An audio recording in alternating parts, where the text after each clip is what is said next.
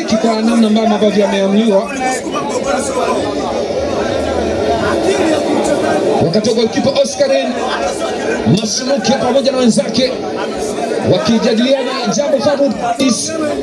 Presha ni kubwa sana kwake katika mchezo huu, akihitaji kuivusha Simba kwenda fainali ya mashindano haya. Hata hivyo mwamuzi anasubiri kwenye VAR waweze kumwambia kama ameona sawa kuna foul imechezwa pale. Tuombe Mungu apate. Akamrudi kwanza golini kule. Oscarin Masuluki yuko pale. Wakati huo Simba nayo nafasi kama itakuwa ni mkwaju penalty. Hatua hizi kuna usaidizi wa referee kwenye video, kwa maana VAR, mfumo maalum wa kumsaidia mwamuzi pale ambapo wanahisi labda hakuona vizuri. Wakati wa Shomari Kapombe yuko pale ameshika mpira na wananyang'anyana na Devin Titus. Mwamuzi anasemaje? Anakwenda kutazama kwenye VAR kama ilichezwa foul. Uwanja Moses Mabida Durban Afrika Kusini. VAR checking. Hapa haki ya mtu haipotei, hapana shaka yoyote.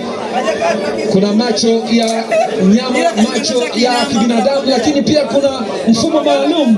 Sasa mwamuzi ameshafika pale, Mohamed Mansour, na kwenye VAR yuko Misri mwenzake Mahmoud Ashur, wakimwambia bila shaka tazama tena. Aguswa. Je, kulikuwa na contact kati ya miguu ya Kibu Dennis pamoja na nyota ile Chumani Lusaka? Anayesubiriwa ni mwamuzi, anakwenda kujiridhisha pale kama kulikuwa na foul.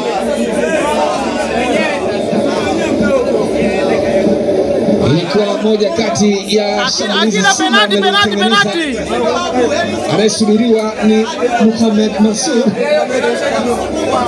anatoa maelekezo. Bila shaka nataka engo nyingine aweze kutazama vizuri zaidi tukio hili. Penalty inafanyika ndani ya makuu 18. Tukipata hiyo tuna goli 3 tayari. Inatazama kama itakuwa ni mkwaju penalty kwa Simba, na bila shaka Dar es Salaam Tanzania pressure inapanda, pressure inashuka, wakisubiri VAR aweze kuamua kama ni mkwaju penalty kwa faida ya Simba.